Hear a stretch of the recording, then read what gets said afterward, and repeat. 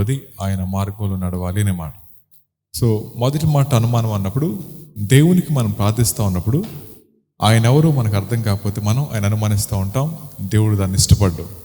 So రెండోదిగా అతిశయం అంటే కలిగిన దాన్ని బట్టి అతిశయపడుతూ కలిగించిన వాడిని పక్కన పెట్టమని దేవుడికి ఇష్టం లేదు. యథార్థవంతుడు కలిగిన దాన్ని బట్టి అతిశయపడ్డు కానీ కలిగించిన వాడిని బట్టి అతిశయపడతా ఉంటాడు. ఇది రెండో మాట. దాని మూడో మాట, ఆయన మార్గంలో నడుస్తారు, ఆయనకు వ్యతిరేకమైన పనులు చేయలేరు. ఇది 3 విషయాలు చూసాం. ఆ తర్వాత the danger of double life. ద్విమనస్కత్వంతో కలిసి మనం జీవిస్తూ ఉన్నప్పుడు మనకు ఎదురయ్యే సమస్యల్లో social media versus real life అని చెప్పన్నాను. సోషల్ మీడియాని మనం ఒకవేళ డేలో 3 అవర్స్ హ్యాండిల్ చేస్తే 9 ఇయర్స్ పడుతుంది, 9 ఇయర్స్ పోతాయి మన లైఫ్లో అని చెప్పనుకున్నాం. రియల్ లైఫ్లోకి వచ్చేయాలని చెప్పన్నాం. తర్వాత church versus private life habits అని చెప్పనుకున్నాం. Hidden sin destroys your destiny. మనలో దాచబడిన పాపాలు మన గమ్యస్థానాన్ని పాడు చేస్తాయి అనే విషయం చూసుకున్నాం.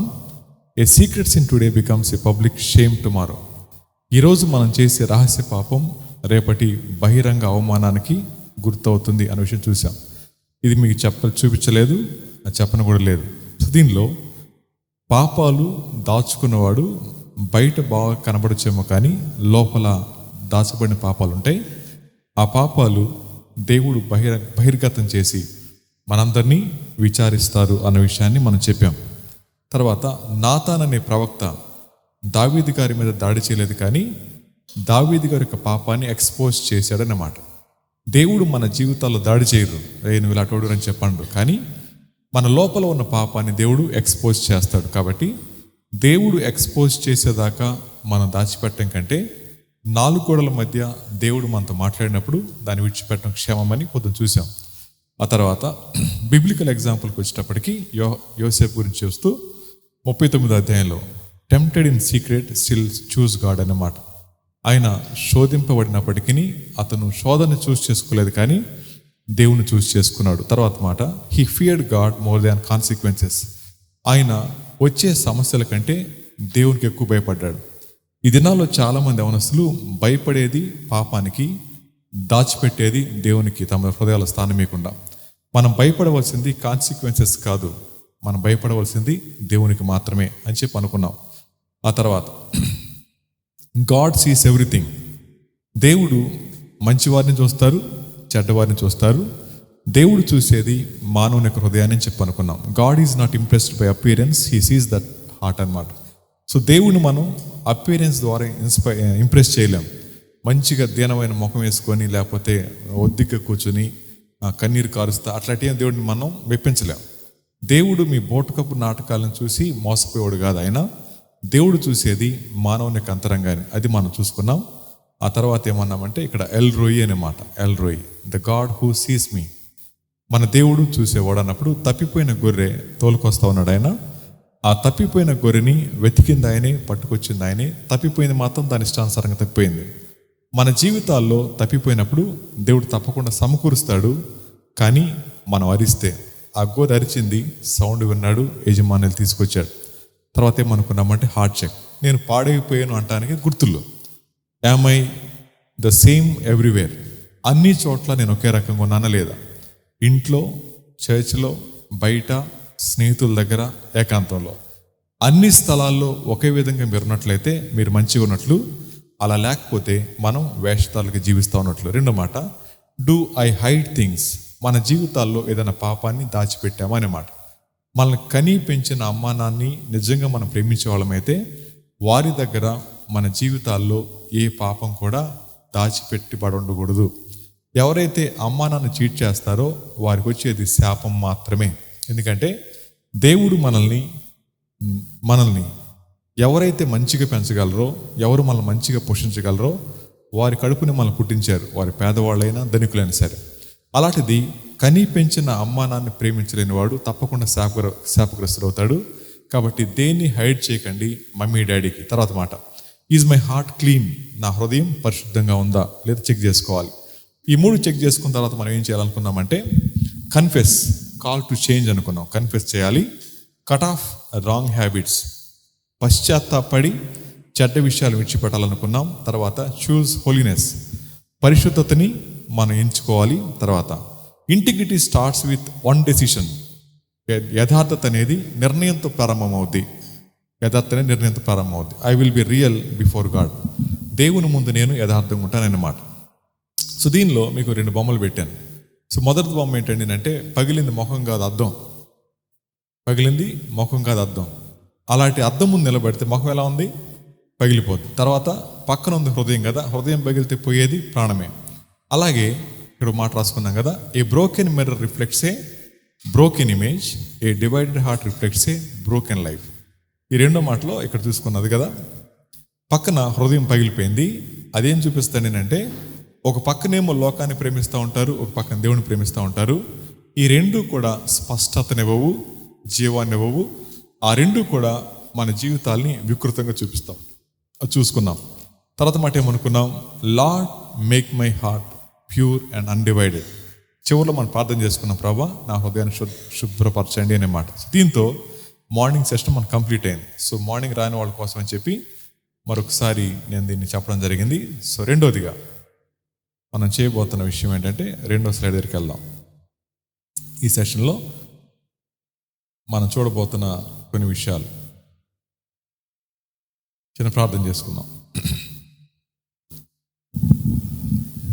దయగలిగిన మా తండ్రి, కృప కలిగిన మా దేవ, ఇంతవరకు ఈ దినాన్న అనేక విషయాలు మాతో మాట్లాడుతూ వచ్చారు. మీకు వందనాలు దేవ. మీరు మా జీవితాల నుంచి ఏం ఆశిస్తూ ఉన్నారో, మా జీవితాలు ఎలా ఉండాలని మీరు ఇష్టపడతా ఉన్నారో, ఉదయకాల సమయాన్ని మమ్మల్ని హెచ్చరించారు. మా జీవితాల్లో ఉన్న పాపాన్ని బహిర్గతం చేశారు. మీ దగ్గర సమాధాన పడే విధంగా మీరు సహాయం చేశారు. కొంతమంది యవనస్తులు ప్రభా వారి జీవితాల్లో తిరిగి రీకమిట్ చేసుకోవడానికి, మరి కొద్దిమంది నూతనంగా మిమ్మల్ని ఆహ్వానించడానికి ఇష్టపడ్డారు. అందుని బట్టి స్తోత్రం చెల్లిస్తూ ఉన్నాను. ఈ సాయంకాల సమయాన్ని ప్రభా అలా యథార్థంగా మేము జీవించాలి అంటే, మేము ఎలాంటి జీవన విధానాన్ని కలిగి జీవించాలో మాకు నేర్పిస్తూ రమ్మని, ఈ సమయాన్ని మా అందరికీ ఆశీర్వకరంగా చేయమని వేడుకుంటూ యేసు ప్రభు నామంలో మిక్కిలి వినయంగా బ్రతిమాలి అడిగి వేడుకుని ప్రార్థిస్తున్నాం తండ్రి, amen. So a pure heart that sees God. Purity is not restriction, it is access to God. గుర్తుపెట్టుకోండి, పరిశుద్ధత అనేది నియంత్రించబడేది కాదు, దేవునిని చేరుకోవడానికి ఒక ఛానల్ లాంటిదన్నమాట. Purity is not restriction, it is access to God. దేవుణ్ణి చేరుకోవడానికి అదొక మార్గం మాత్రమే. హెబ్రీ పత్రిక 12వ అధ్యాయం 14వ వచనం. హెబ్రీ పత్రిక 12వ అధ్యాయం 14వ వచనం చదువుతారా? హెబ్రీ పత్రిక 12:14. అందరితో సమాధానమును పరిశుద్ధతయు కలిగి ఉండడానికి ప్రయత్నం చేయండి. పరిశుద్ధత లేకుండా ఎవడు ప్రభువుని చూడలేడు అన్నమాట. సో దేవుణ్ణి చూడాలండి అంటే ఇలాంటి స్క్రీన్స్ పనికిరావు. దేవుని చూడాలండి అంటే 3D కళ్ళజోడు కూడా పనికిరాదు. దేవుని చూడాలంటే కావాల్సింది పరిశుద్ధమైన హృదయం కావాలి. ఎవరికి పరిశుద్ధమైన హృదయం ఉంటుందో వారు మాత్రమే ప్రభువుని చూడగలుగుతారన్నమాట. ఒక వచనం చూద్దామే. దానియేలు గ్రంథం 6వ అధ్యాయం 20వ వచనం చదువుకుందాం. దానియేలు గ్రంథం 6, 20, 21 వచనాలు. దానియేలు గ్రంథం 6వ అధ్యాయం 20, 21 వచనాలు.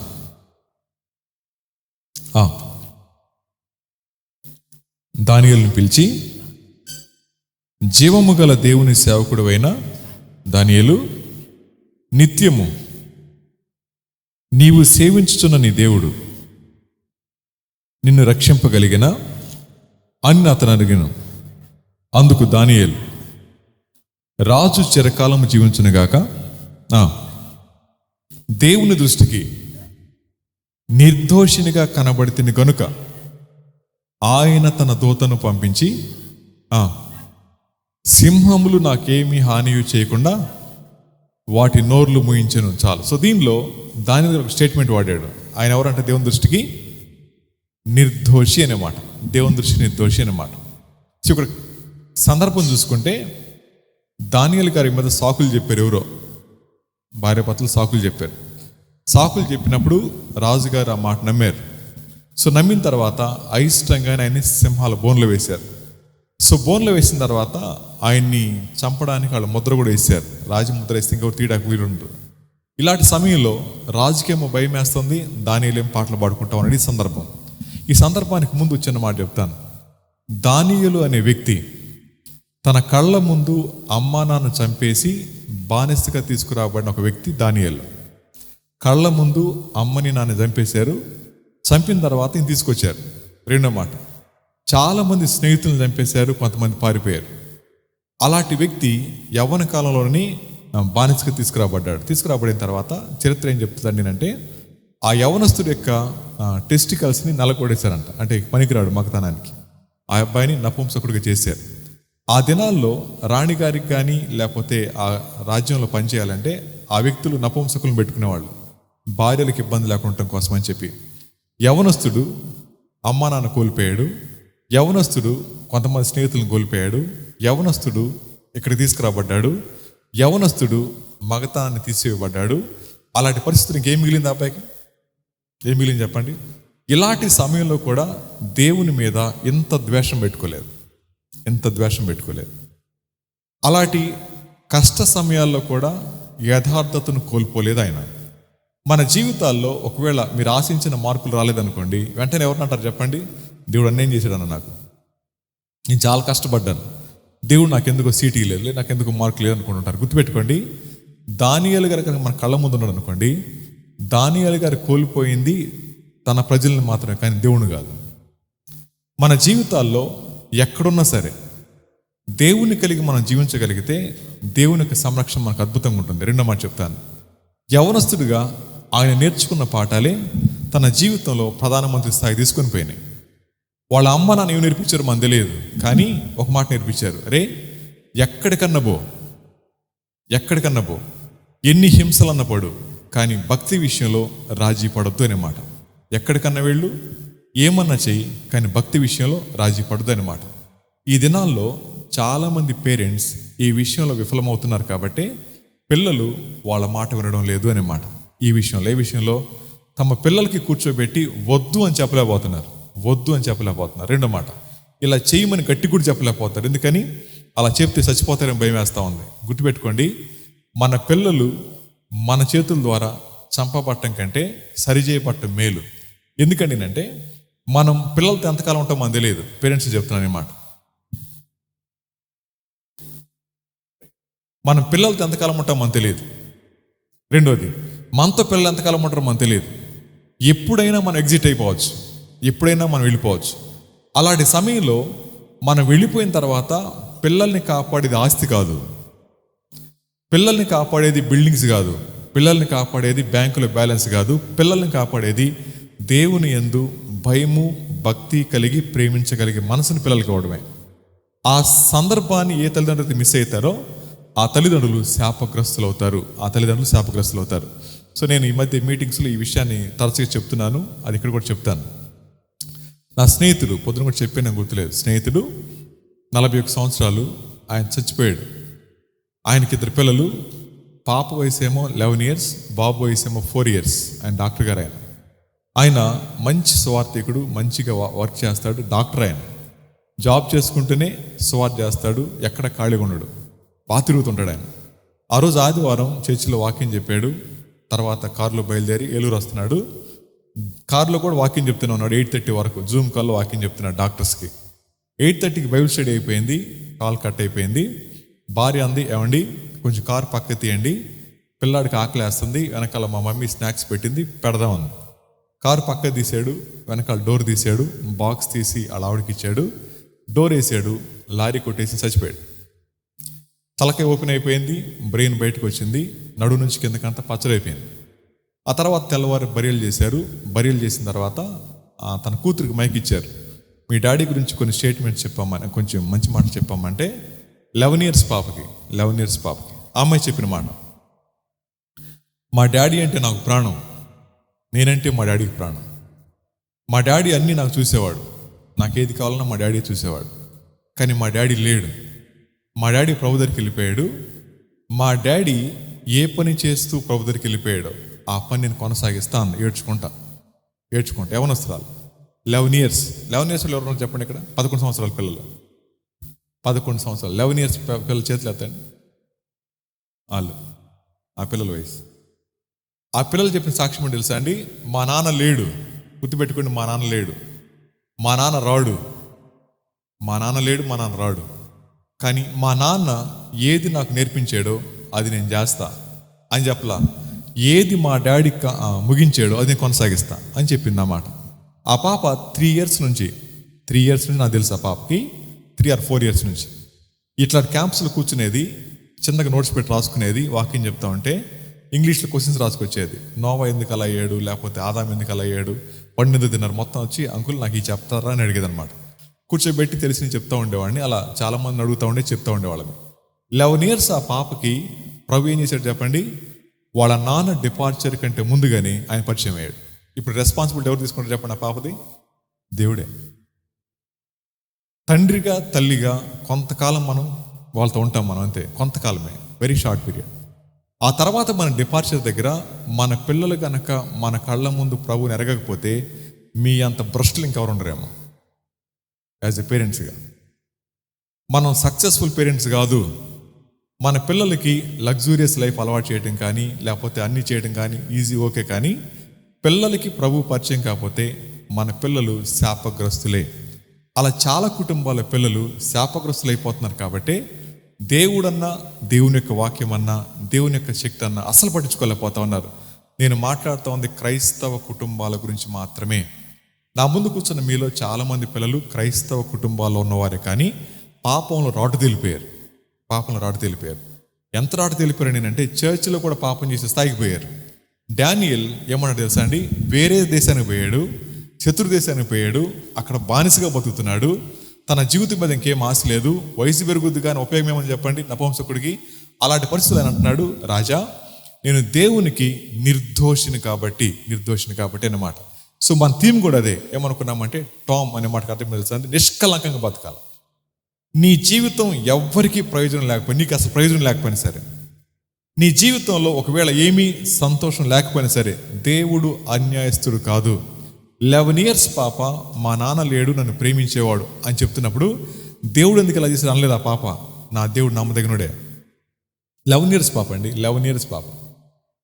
టోటల్ కాంగ్రిగేషన్ కొన్ని వేల మంది వచ్చారు ఆ రోజు నా అబ్బాయి చనిపోయినప్పుడు. ఆశ్చర్యపోతున్నారు అన్నమాట. కారణం ఏంటో తెలుసా? దేవుడు ఎంత కృపగలిగిన వాడు కాకపోతే ఆ పిల్లలు అంత ముద్రేస్తాడు. డానియల్ ఏ విధంగా అయితే కళ్ళ ముందు అమ్మ నాన్న చచ్చిపోతే ఏమాత్రం సడలకుండా ఉన్నాడో, అలాంటి నిశ్చిత ఎందుకు తెలుసా అండి? తల్లి దేవుని గురించి ఎంత మంచిగా చెప్పి ఉండాలో, తండ్రి దేవుని ఎంత మంచిగా చెప్పి ఉండాలి. ఇక్కడ మాట చెప్తాను, మనలో లేని దాన్ని మన పిల్లలకు చెప్తే వాళ్ళు వినరు, మనం చేయని దాన్ని వాళ్ళని చేయమంటే అస్సలు చేయరు. కాబట్టి యాజ్ ఏ పేరెంట్స్గా మనం చేసేది వాళ్ళకి చెప్పాలి, చెప్పింది మనం చేయాలి. అలా చేయకపోతే దేవుణ్ణి వాళ్ళకి శత్రువుగా పరిచయం చేస్తాం. మన జీవితాల్లో లేని దాన్ని అస్సలు ఇష్టపడరు పిల్లలు, అస్సలు ఇష్టపడరు. ప్రేమ గురించి మాట్లాడి రే నరుకుతానని అనుకుని ఎలా ఉంటుంది చెప్పండి? నేను ప్రేమ గురించి మాట్లాడే పిల్లలతో రే చంపేస్తే నిన్ను ఈ మాట అనిపోతుంటే ఎలా ఉంటుంది చెప్పండి? ఓహో మా నాన్న ప్రేమ గురించి చెప్తాడు కానీ ప్రేమ చూపించడు అనమాట. అనేక సార్లు మన మాట కంటే మన ఎక్స్ప్రెషన్స్ వాళ్ళ హృదయాన్ని ముక్కలు చేస్తాయి. దానియేలు గారి జీవితంలో బహుశా ఆయన కళ్ళ ముందే వాళ్ళ అమ్మ నాన్న కొడతా ఉన్నప్పుడు వాళ్ళ అమ్మ ఇలా ఉంటుంది, దేవుడు నమ్మదగినోడురా, దేవుడు అన్యాయస్తుడు కాదు అని చెప్పి ఉంటుంది. మనం అనుకుందాం, అది లేదు కాదు, మీరు అలా చెప్తారు అనకండి, జస్ట్ నేను మామూలుగా చెప్తున్నాను. వాళ్ళ కళ్ళ ముందే, యవనస్తుడి కళ్ళ ముందు వాళ్ళ అమ్మ నాన్న కొడతా ఉంటే ఇప్పుడు చెప్పండి, సాధారణంగా యవనస్తుడికి అంత కోపం వస్తుంది. రే నువ్వు నన్నంటే రాను, మా అమ్మ నన్ను వద్దు అంటారు జనరల్గా, పల్లెటూళ్ళు కానీ అలా అనుకుంటారు. ఒక తల్లి మీద మాట పడితే తట్టుకోలేం, ఒక తండ్రి మీద మాట పడితే తట్టుకోలేం. అలాంటిది తన కళ్ళ ముందే చిత్రహింసలు పెట్టి అమ్మ నన్ను చంపేస్తా ఉన్నప్పుడు ఆ కాన్వర్జేషన్ ఎలా ఉంటుందో, వీడినేమో బంధించారు, దానియేలు గారిని బంధించేశారు, వాళ్ళేమో కొడతా ఉన్నారు, ఎలా ఉంటుంది చెప్పండి హృదయం? అలాంటి పరిస్థితుల్లో కూడా వాళ్ళ అమ్మని చెప్పిన మాట దేవుడు నమ్మదగినోడే, దేవుడు నమ్మదగినోడే అని వదిలిపెట్టాడురా అని చెప్పి ధైర్యంగా కళ్ళు మూసుంటారు. దానియేలు గారికి జీవితంలో కళ్ళు మూస్తే కనబడాల్సింది వాళ్ళ అమ్మ నాన్న. గుండెల్లో ఆ శత్రువులు కనపడతా ఉంటే కోపం రావాలి, రైట్? ఏ రాజులైతే వాళ్ళ తల్లిదండ్రుల చావు కారణమయ్యారో వాళ్ళని ప్రేమించాడు ఆయన, రాజా అని ప్రేమించగలుగుతున్నాడు. ఎక్కడి నుంచి వచ్చింది ఆ ప్రేమ? ఎవరి హృదయం నిష్కలంకంగా ఉంటుందో, ఎవరి హృదయం యథార్థంగా ఉంటుందో, ఎవరి హృదయం దేవుణ్ణి ప్రేమిస్తుందో వాళ్ళు తప్పకుండా ప్రపంచం చేత కొనియాడబడతారు అన్నమాట. ప్రపంచం చేత అని అంటాడు, దానియేలు సేవించే దేవుడే దేవుడికి ఎవరు లేరు, ఇంకెవరు లేరు. మనకి పనికి రాకపోయినా మీ జీవితాల ద్వారా ప్రభుని చూపించగలిగితే ప్రపంచం దేవుని కనపరుస్తుంది అన్నమాట. మనకు పనికి రాకపోయినా సరే, ఒకవేళ నువ్వు వర్త్లెస్, నువ్వు యూజ్లెస్, నీ జీవితం ఎవరికీ పనికిరాదు, నీకే పనికిరాదు, కానీ నీవు ఉంచిన విశ్వాసం ఉంది చూసావా, నీ ద్వారా అనేక మంది ప్రభు పరిచయం చేస్తుంది. సో ప్యూర్ హార్ట్ ఏముంటుందండి అంటే, purity is not a restriction. పరిశుద్ధత అనేది రెస్ట్రిక్ట్ చేయబడింది కాదు, అర్థం నిషేధించబడింది కాదు. ప్యూరిటీ అనేది దేవునితో యాక్సెస్ కలిగి ఉండటానికి, దేవుని చేరుకోవాలంటే మనకేం మార్గం చెప్పండి? కేవలం పరిశుద్ధత మాత్రమే. తర్వాత మాట ఏమంటాడు? Many people want to see miracles but God says first clean your heart. చాలా మంది అనుకుంటారు, స్వస్థపరచునైనా లేకపోతే ఆశీర్వదించునైనా, మా పిల్లల్ని దీవించు ప్రభా, పెళ్లి చేయ ప్రభా, ఉద్యోగాలు ఇలా అంటారు కదా.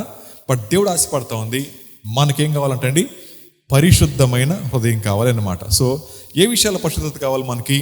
అవర్ హార్ట్, మొట్టమొదటిగా హృదయం, రెండోది భాష, మూడోది ప్రేమ, నాలుగోది నడక, ఐదోది క్రియలు. ఈ 5 విషయాలు మనం ఎలా ఉండాలని అంటే దేవుడు చూస్తారన్నమాట. ఇప్పుడు చూడండి, హృదయం ప్రేమతో నిండి ఉండాలి కదా. దానియేలు గారు ప్రేమించిన ప్రేమ కపటమైందా, యథార్థమైందా? యథార్థమైంది. ఎలా చెప్తారు మీరు? చూద్దాం, వాక్యం చూద్దామే. దానియేలు గ్రంథం 9వ అధ్యాయం 21వ వచనం, 20 చదువుదాం. 20 వచనం, దానియేలు గ్రంథం 9:20. నేను ఇంకా పలుకుచు ప్రార్థన చేయొచ్చు, నా దేవుడైన యెహోవా ఎదుట నా పాపమును ఒప్పుకొంచు నా దేవునికి విజ్ఞాపన చేస్తా ఉన్నాను. చదవమ్మా. నేను ఇలాగున మాట్లాడుచుండగా మొదట నేను దర్శనం ముందు చూచిన అతి ప్రకాశమానుడైన గబ్రియేలను దూత సాయంత్రం బలర్పించే సమయమున నాకు కనబడి, అండర్లైన్ చేసుకోండి, నన్ను ముట్టాను, మాట్లాడి ఆ సంగతి నాకు తెలియజేశాను. దానియేలు, నీకు గ్రహింప శక్తి ఇచ్చుటకు నేను వచ్చి, నీవు బహుప్రియుడవు గనుక నీవు విజ్ఞాపనము చేయ ఆరంభించగానే ఈ సంగతి నీకు చెప్పడానికి నాకు ఆజ్ఞ వచ్చింది, చాలు. సో పరలోకం ఏమని సాక్ష్యం ఇచ్చింది చెప్పండి దానియేలు గారి గురించి? పరలోకం ఏమని సాక్ష్యం ఇచ్చింది? దానియేలు నీవు బహుప్రియుడవు అనే మాట. భూమి మీద ఒక చిన్న గదిలో కూర్చొని ప్రేయర్ చేసుకుంటున్నాడు ఆయన, అంతే. చిన్న గదిలో ప్రేయర్ చేస్తున్నాడు. ఒకవేళ మీ గురించి పక్కన సాక్ష్యం ఇమ్మంటే మీ ఫ్రెండ్స్ ఏమైనా సాక్ష్యం ఇస్తారు? ఈ అమ్మాయి మంచి సార్, ఈ అబ్బాయి మంచివాడు సార్ అని చెప్తారు, అంతవరకే. మీ ఫ్రెండ్స్ తర్వాత కొంచెం పెద్దవాళ్ళని, అన్నోళ్ళని అడిగామనుకోండి, వాళ్ళు ఏమైనా సాక్ష్యం ఇస్తారు? సార్ కొంచెం మంచివాడు సార్, పర్లేదు అంటారు. కానీ దేవుడు ఏమైనా సాక్ష్యం ఇస్తాడు మీ గురించి? అది మనం కన్సిడర్ చేసుకోవాలి. యథార్థవంతుడు ఎప్పుడు కూడా దేవుడు నా గురించి ఏం సాక్ష్యం ఇస్తాడో అన్న దాని మీద మనసు పెడతాడు, కానీ మనుష్యుల మెప్పు కోసం ఎప్పుడు తహతహలాడ్డు. అందుకని ఆ హిపోక్రసీ, వేషధారణ ఎప్పుడు భక్తులకు వచ్చారని తెలుసా అండి? దేవుణ్ణి మెప్పించడం మానేసిన వాడు మనుషులు మెప్పించడం మొదలు పెడతాడు. మనుషులు మెప్పించడం మొదలు పెడితే శబాష్ అంటారు, ఆ తర్వాత ఒకసారిగా పాడు తీసి వెళ్ళిపోతుంటారు.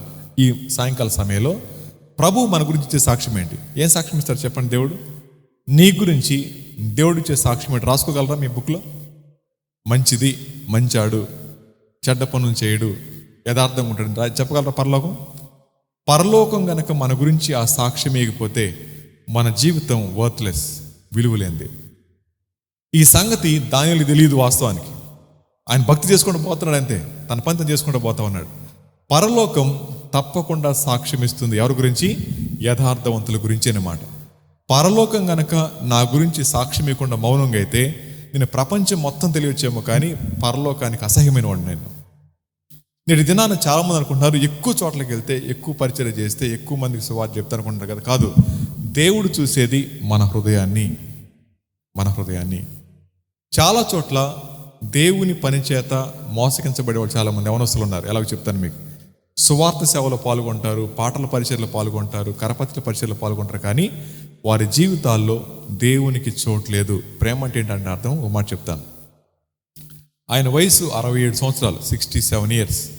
ఆయన ప్రతిరోజు కరపత్రికలు పంచుతాడు. ప్రతిరోజు ఏ దేశం పోయినా సరే కరపత్రికలు పంచుతాడు. ఆయన ఎలా పంచుతాడు? ఆయన చక్కగా సఫారీ చేసుకుంటాడు, మంచి షూ వేసుకుంటాడు, రేబాన్ స్పెట్స్ పెట్టుకుంటాడు, చేతికి బ్యాగ్ వేసుకుంటాడు, కరపత్రులు ఇస్తూ ఉంటాడు. అన్ని భాషలు చక్కగా మాట్లాడతాడు ఆయన.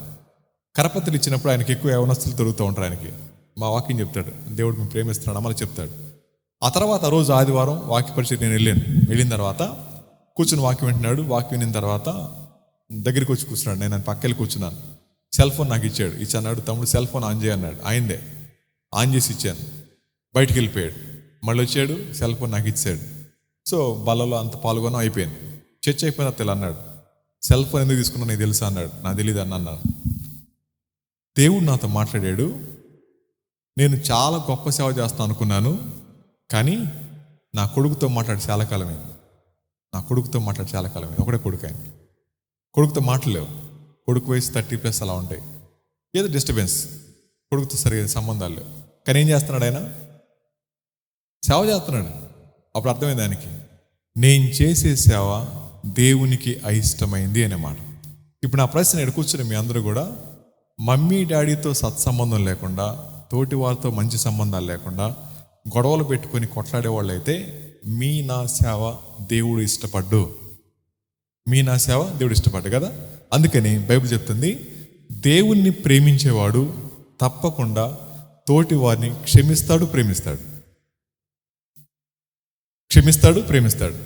దానియేలు తన తల్లిదండ్రులు చంపిన వాళ్ళని ప్రేమించాడు, క్షమించాడు, వాళ్ళతో కలిసి ఉంటున్నాడు ఆయన. ఆ ప్రక్రియలో పరలోకం ఏమని చెప్పండి? దానియేలు నీవు బహుప్రియుడు అన్నమాట. యథార్థవంతుడు కక్షను హృదయంలో పెట్టుకోడు. యథార్థవంతుడు దేవుడు ప్రేమించిన విధంగా ప్రేమించగలుగుతాడు. ఒకవేళ ఈ సాయంకాల సమయంలో మీ హృదయంలో మీకు ఎవరి మీదైనా ద్వేషం ఉంటే, మీరు ఎవరైనా క్షమించలేకపోతే ఈ రాత్రి ప్రభువుని క్షమించమని అడగండి. ఒకవేళ అది జరగకపోతే మిమ్మల్ని దేవుడు యాక్సెప్ట్ చేయడం లేదు. ఇప్పుడు మీరు అనొచ్చేమో, మరి నేను క్షమించకపోతే ఒక కండిషన్ వస్తుంది. రెండో మాట ఏమంటారంటే, నేను ఏ తప్పు చేయలేదు వాళ్ళు అనుకుంటున్నారు అలా అంటే, అయినా సరే మీరు అడగాల్సిందే. బైబిల్ ఏమంటుందంటే, నీ మీద వాడికి ఏమైనా చెడ్డ అభిప్రాయం ఉంటే నువ్వే సమాధాన పడాలి, రాడు. అందుకని బైబిల్ ఫార్మాట్ తెలుసండి, అందరితో సమాధానంగా ఉండండి, పరిశుద్ధంగా ఉండండి. ఒకవేళ సమాధాన పడకపోతే పరిశుద్ధతను మాత్రం కోల్పోకండి అన్నమాట. అందుకని హృదయ శుద్ధి గల వారు ధన్యులు అన్నప్పుడు, నా హృదయం ఎదుటి వ్యక్తి పట్ల సరైన సంబంధం లేకపోతే మత్సరాన్ని, కష్టాన్ని పెట్టుకుంటే ఆత్మదేవుణ్ణి దుఃఖపెట్టేవాడిని అవుతాను అన్నమాట. ఏ వ్యక్తి అయితే మారు మనసు పొందాడో ఆ మారు మనసు పొందిన వ్యక్తి లోపల పరిశుద్ధాత్మ దేవుడు వసిస్తూ ఉంటారన్నమాట. పరిశుద్ధాత్మ దేవుడు మనలో వసిస్తున్నప్పుడు, అంటే నివసిస్తూ ఉన్నప్పుడు ఎవరు కూడా అలా ప్రవర్తించలేరు. అలా ప్రవర్తిస్తున్నారని అంటే ఆయన్ని సైలెంట్ చేశారు, వీళ్ళు రైజ్ అవుతూ ఉన్నారు. చూడండి, ఆయన ఏమన్నాడు? దానియేలు నీవు సేవించే దేవుడిని కాపాడా అని అడుగుతున్నాడు పైనుంచి. కింద నుంచి ఏం స్వరం వచ్చింది? రాజా మీరు కంగారు పడకండి, నా దేవుడు నన్ను ప్రేమించాడు అని అంటాడు. ఆయన దృష్టికి నేను యథార్థంగా ఉన్నాను కాబట్టి కాపాడాడు అనమాట. ఆయన దృష్టి అన్నమాట. ఎవరు చెప్పారు ఆయనకి? ఎవరు చెప్పుంటారు ఆయనకి? దానియేలు గారికి వాళ్ళ అమ్మ నాన్నే. వాళ్ళ అమ్మ నాన్నగా చెప్పిన మాట, దేవుడు చూస్తున్నాడు జాగ్రత్త అనే మాట. ఆ చిన్న మాట చిన్న హృదయానికి నాటింది. అమ్మ నాన్న లేకపోయినా అదే కొనసాగుతూ ఉంది అన్నమాట. అందుకని యాజ్ ఏ పేరెంట్స్కి, చాలా పేరెంట్స్ వచ్చారు కదా, దండం పెట్టి చెప్తున్నాను, ఈరోజు మీ డిపార్చర్ అనుకోండి, మీ ఎగ్జిట్ అనుకోండి. ఈరోజు ఈ లోకం నుంచి మీ పిల్లలు పరలోకానికి వస్తారా? వాళ్ళు మీరే పోతారో తెలియదు. నా సూటి ప్రశ్న, ఈరోజు మీ ఎగ్జిట్ అయితే, ఈరోజు మీ డిపార్చర్ అయితే, మన డిపార్చర్ అయితే మన పిల్లలు పరలోకానికి వస్తారన్నప్పుడు కొంతమంది థింకర్స్ ఇలా అంటారు, ఎవరు చెప్తారు సార్? దేవుని చెప్తాం, ఆయనగా తీసుకెళ్లాల్సింది. మరి నువ్వెందుకు ఇక్కడ? మనమెందుకు ఇక్కడ? మనం గనక ఈ రాత్రి పడుకున్నప్పుడు, ప్రభా రేపొద్దున లేవకపోతే ఐఎమ్ హ్యాపీ, నేను నీతో ఉంటాను, నా పిల్లలు కూడా వస్తారు ఒక రోజున అని పడుకోవాలి. అలా పడుకునే మనసు లేకపోతే మోకరించి ప్రార్థించాలి, వాడి కాళ్ళ దగ్గర నిలబడి, ప్రభా ఎప్పుడు నా డిపార్చర్ నాకు తెలియదు, నా కొడుకు నా కూతురు మారు మనసు పొందాలి ఆయన, వాళ్ళ లోకం దృష్టి పడకూడదు ప్రభా, పరిశుద్ధంగా జీవించాలి ప్రభా అని ఏ తల్లి కన్నీరు కారుస్తుందో, ఏ తండ్రి కన్నీరు కారుస్తాడో ఆ పిల్లలు మీరు లేకపోయినా వారు ధన్యులే. చాలా కుటుంబాల్లో ఆ కన్సర్న్ లేదు కాబట్టి పిల్లల్ని కన్నారు, వదిలేశారు. ఒక మాట చెప్పమంటారా? ఒక అమ్మాయి అన్నమాట, పందిని కన్నట్టుకని వదిలేసిందన్న మా అమ్మ అంది. పందిని కన్నట్టుకని వదిలేసింది అన్న బాబా, ఎంఎస్సీ చదివిన అమ్మాయి అన్నమాట, నాతో అన్నమాట. మమ్మల్ని వదిలేసింది అన్న, నన్ను కనేసింది అంతే, వదిలేసింది.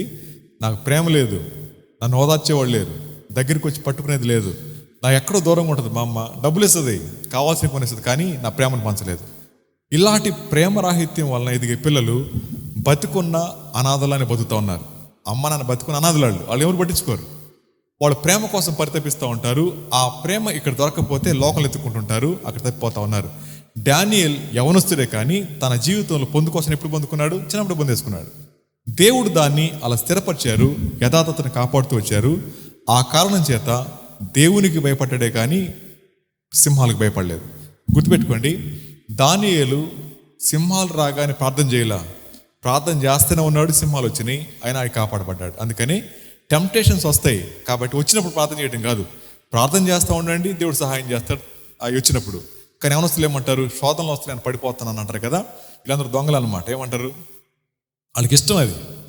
పాపాన్ని ప్రేమించేవాడు అప్పుడు గుర్తొచ్చే ప్రార్థన చేస్తాడు, కానీ ప్రభువుని ప్రేమించేవాడు పాపాన్ని బట్టి ప్రార్థన చేయడు. ప్రభా నిన్ను బట్టి నేను ప్రార్థన చేస్తాను. యథార్థవంతుడు ఎప్పుడు కూడా దేవునితో యాక్సెస్ ఉంటుంది, వాడికి యాక్సెస్ ఉంటుంది.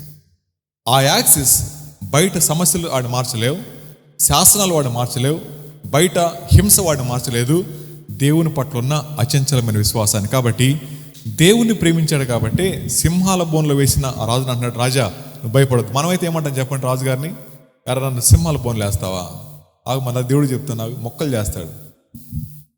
రెండో మాట, దానియేలు గారు ఆయన మీద ఫిర్యాదు చేసిన వాళ్ళని సింహాల బోన్లో వేయమని చెప్పలేదు, రాజు చేశాడు. వాళ్ళు కుటుంబాలు లోపల పడగానే ఎముకలు కూడా పిండి చేసేసినాయి అని చెప్పి ఉంటుంది కింద వచ్చిన వాళ్ళు. అవునా? గుర్తుపెట్టుకోండి, యథార్థవంతుల పక్షాన వ్యాజ్యమాడేవాడు దేవుడే, మన యథార్థతను నిరూపించేవాడు దేవుడే. కాబట్టి ఎన్నడూ కూడా నేను ఎంత నీతిమంతుడని చెప్పాల్సిన పనిలే. నువ్వు నీతిమంతుడు అయితే, యథార్థవంతుడు అయితే దేవుడు తప్పకుండా కాపాడుతాడు.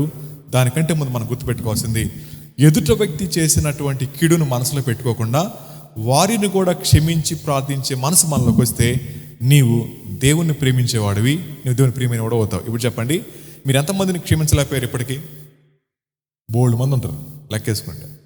ప్రభు అంటున్నాడు, ఈ రాత్రి నేను తీసుకుంటా, మరి ఆ సంగతి ఏం చేస్తావు? ప్రార్థన ఏమని చెప్పండి, మేము క్షమించిన ప్రకారమే నన్ను క్షమించు ప్రభు, లేకపోతే వద్దు అనే కదా ప్రార్థన మనం చేసేది. మీరు క్షమించకపోతే మనం కూడా క్షమించబడం. అందుకని దేవుని రక్తంతో కడగబడిన ఏ వ్యక్తి కూడా ద్వేషాన్ని, కోపాన్ని, పగని అంతరంగంలో పెట్టుకుని బతకలేడు. అలా బ్రతుకుతుంటే వాడు వేషధారి మాత్రమే. రెండో మాట, అవర్ స్పీచ్ అనే మాట కదా. దానియేలు గారికి స్పీచ్ ఎలా అని చెప్పండి రాజుగారితో. వచ్చిన వాళ్ళ తర్వాత చెప్తాలండి, కనబట్టలేదు. దానియేలు గారు ఏమని మాట్లాడి చెప్పండి? రాజా అన్నాడు, కానీ ఒరే అనడా? అనలేదు కదా. హింసించే వాడిని కూడా ప్రేమించే మనసు మన మాటలో కనపడతా ఉంటుంది. గుర్తుపెట్టుకోండి, మన మాట కనుక శుద్ధి లేకపోతే, మన మాట శుద్ధి లేకపోతే మనం ఎంత మంచిగా ప్రసంగం చేసినా ఎదురు వాళ్ళకి అర్థం కాదు, వినలేరు. ఆయన అన్నాడు రాజన్న. తర్వాత మాట అవర్ లవ్ అన్నప్పుడు ఆ ప్రేమ స్వార్థపూరితమైన ప్రేమ కాదు. దానియేలు గారి యొక్క ప్రేమలో కలుషితం లేదు. తర్వాత మాట ఆయన వాక్ ఎలా నడిచాడు చెప్పండి? చుట్టూ శాసనం వచ్చింది, అందరూ ప్రతిమ మొక్కుతున్నారు, ఈ నెల ప్రార్థన చేసుకుంటా ఉన్నాడు. ప్రజలను బట్టి ఆయన డెసిషన్ తీసుకోవాలా, ఈయన బట్టి ప్రజలు డెసిషన్ తీసుకున్నారు. ఎవరు యథార్థత కలిగి జీవిస్తూ ఉంటారో వారిని బట్టి శాసనాలు మారుతాయి, కానీ శాస్త్రాన్ని బట్టి వీడు మారడు. లోకం యొక్క నియమాలు వీడిని మార్చలేవు, కానీ వీడిని బట్టి లోక నియమాలు మారుతాయి. ఎలా ఉంటుందో మీకు చెప్తాను. కొంతమంది ఎలా అంటారు, సార్ మీరు ఎక్కడ ఉన్నది వెళ్ళిపోండి సార్ అంటారు. మనల్ని ఎందుకు వెళ్ళమంటారు చెప్పండి? నెక్స్ట్ జరిగేది మనకు తెలుసు కాబట్టి. వాకింగ్ చెప్తాం, తర్వాత అంటే మీరు వెళ్ళిపోండి సార్ ఎక్కడి నుంచి అంటారు. ఎందుకని? తర్వాత సినిమా పాటలు వేస్తారు కాబట్టి. మన ముందు ఎందుకని వాళ్ళు తెలిసి ఇల్లుంటే కుదరదని చెప్పి, అందుకని వెళ్ళిపోతే జరుగుతూ ఉంటుంది. చాలా చోట ఇలాగే జరుగుతూ ఉంటుంది. ఎందుకు తెలుసా అండి? మనం ఎవరో లోకానికి అర్థమైతే వాళ్ళు శాస్త్రాలు మార్చుకుంటారు. సార్ వీడు వచ్చేళ్ళ కానీ ఇప్పుడు వద్దు ఆపేయండి, ఎందుకు వచ్చిన కూడా వీడు వచ్చిందో అంటారు అనమాట. ఎందుకంటారు ఆ మాట? మన జీవితం వాళ్ళ మీద రిఫ్లెక్ట్ అవ్వాలి. మనమేంటో మన మాట చెప్పాలి, మనమేంటో మన బ్రతుకు చెప్పాలి, మనమేంటో ప్రేమ చెప్పాలి. మనమున్న చోట ఆ కాంతి ప్రకాశిస్తూ ఉండాలి. అలా ప్రకాశించకపోతే మన చీకట్లో ఉన్నట్టు లెక్క అనమాట. కాబట్టి మన వాక్ బాగుంటుంది. తర్వాత మాట లవ్ ఇన్ యాక్షన్, మాటలతో కాదు క్రియలతో ప్రేమించాలన్నమాట. అనేక సార్లు మనం ఏమంటామంటే చాలా మంచిది ప్రార్థన చేస్తా అంటాం, అవుతుంది ప్రార్థన చేయం పాడు చేయాలి, మనం చేసుకోక ప్రార్థన. మనం చేసేటటువంటి ప్రార్థన ఖచ్చితంగా పని చేయడానికి పురమాయించాలి. మనల్ని కనుక పనికి ప్రోత్సహించకపోతే అది ఎప్పటికి కూడా ప్రార్థన అవ్వదు అనే మాట గుర్తుపెట్టుకుందాం. సో దేవుడు వీటిని చూస్తూ ఉన్నాడు. ఒకటి హృదయాన్ని చూస్తున్నారు, రెండు మాట చూస్తున్నారు, రెండోది ప్రేమ చూస్తున్నారు, మూడవది నడక చూస్తున్నారు. దెన్ 4వది నడత కూడా చూస్తున్నారు. ఇది మాట. సో తర్వాత purity brings closeness to God. పరిశుద్ధత ఎందుకు మనం ఇష్టపడమండి అంటే దేవుడి దగ్గరికి వస్తాడు కాబట్టి. ఆనందన్న దగ్గరికి వస్తే ఎంతమంది ఉంటారు అక్కడ? ఆనందన్న దగ్గరికి వస్తే ఎంతమంది ఉంటారు ఆ పరిసరాల్లో? ఊరికినే రఫ్గా ఆనందాన్ని అలా వస్తున్నాడు అనుకోండి, ఎంతమంది ఉంటారు అక్కడ? మ్యాక్సిమం వెళ్ళిపోతారు ఎటోళ్ళట్టు. ఎందుకు వెళ్ళిపోతారంటారు? ఆయన చేతులు కర్ర కత్తి అని పట్టుకొస్తున్నాడా? ఏం అసలు ఎందుకు వచ్చిన వాడు ఇంత అనుకుంటారు, వెళ్ళిపోతారు. మరి కరుణాకరాన్ని వస్తే, లేకపోతే సనాన్ని వస్తే, లేకపోతే ఈ తమ్ముడు వీళ్ళందరూ వస్తే, వ్యక్తిని బట్టి రెస్పాన్స్ ఉంటుంది మనకి. మన ఐడియాలజీతో ఎవరైతే మ్యాచ్ అవుతారో వాళ్ళతో కలిసిపోతాం. మన ఐడియాలజీ వాళ్ళకి సెట్ కాలేదనుకోండి, దూరంగా వెళ్ళిపోతుంటాం. దేవుణ్ణి ప్రేమించేవాడు దేవుని దగ్గరికి వస్తాడు, దేవుని ప్రేమించిన వాడు దూరంగా వెళ్ళిపోతుంటాడు అంతే. Purity brings closeness to God. పరిశుద్ధత అనేది దేవుని సామీప్యతకు తీసుకెళ్తుంది అన్నమాట. లైట్ నా ముఖాన్ని వేశారు, అది నా ముఖం కనపడుతుంది. మీ ముఖం లేదు కాబట్టి మీ చీకటి కనపడతా ఉంది. అలాగే బైబిల్ అంటా ఉంది, దేవుణ్ణి ఎవరైతే సమీపానికి వెళ్తుంటారో వారి లోపల ఉన్న పాపం స్పష్టంగా కనపడుతుంది. కనబడిన దాన్ని తుడుచుకుంటూ వెళ్ళిపోతూ ఉండాలన్నమాట. అందుకని చాలామంది వెలుగును ప్రేమించరు. చదువుతారు సార్ అన్నమాట. యోహాను సువార్త 3:19. యోహాను సువార్త 3:19. 3:19.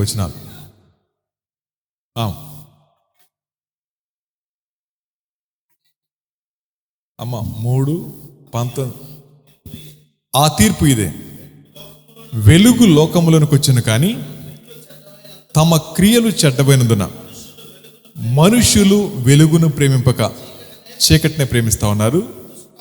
దుష్కార్యము చేయు ప్రతి వాడును వెలుగును ద్వేషించును, తన క్రియలు దుష్క్రియలుగా కనబడుకున్నట్లు వాడు వెలుగునద్దకు రాడు అనే మాట బైబిల్ చెప్తుంది.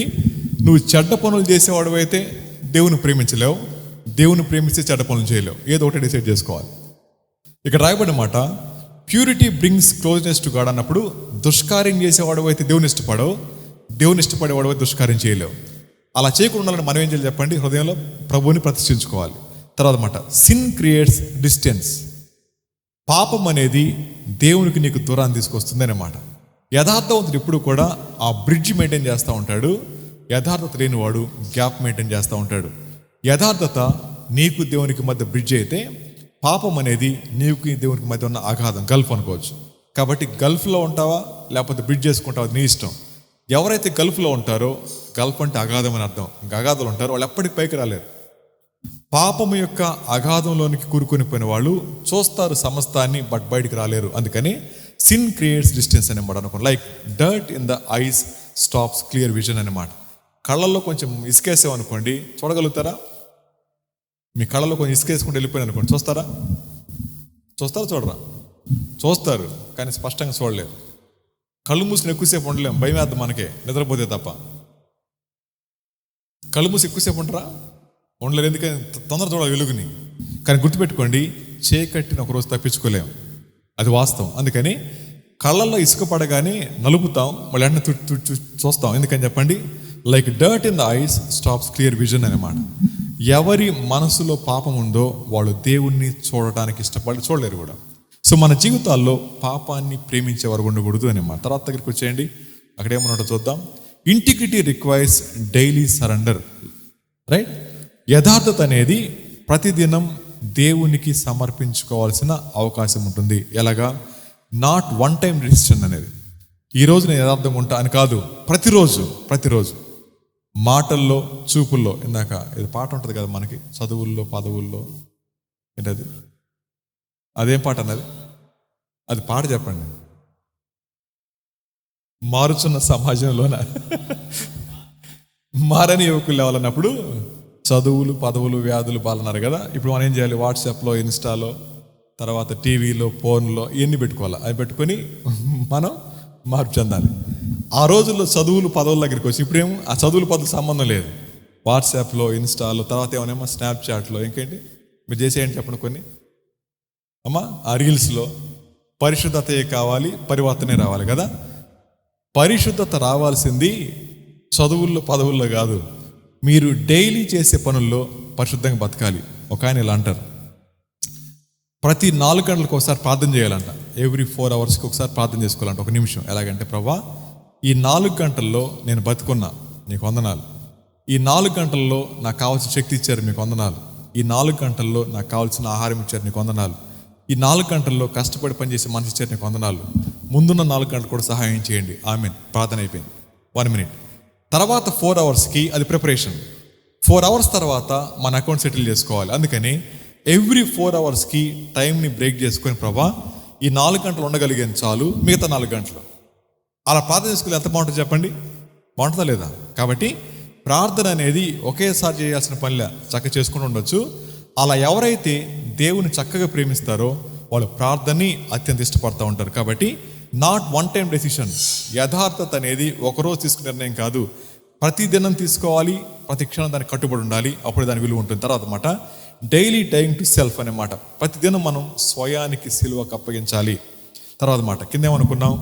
What you watch, what you think and what you desire, surrender it daily, God your heart అనే మాట. నీ హృదయాన్ని కావలి కాచుకోండి.